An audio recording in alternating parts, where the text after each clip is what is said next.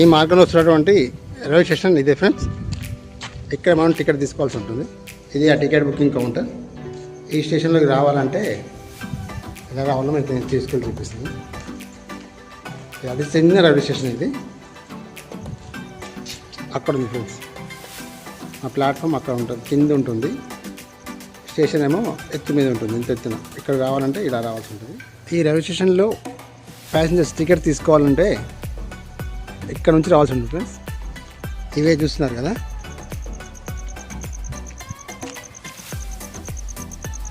ఈ slider bed నుంచి పైకి రావాల్సి ఉంటుంది.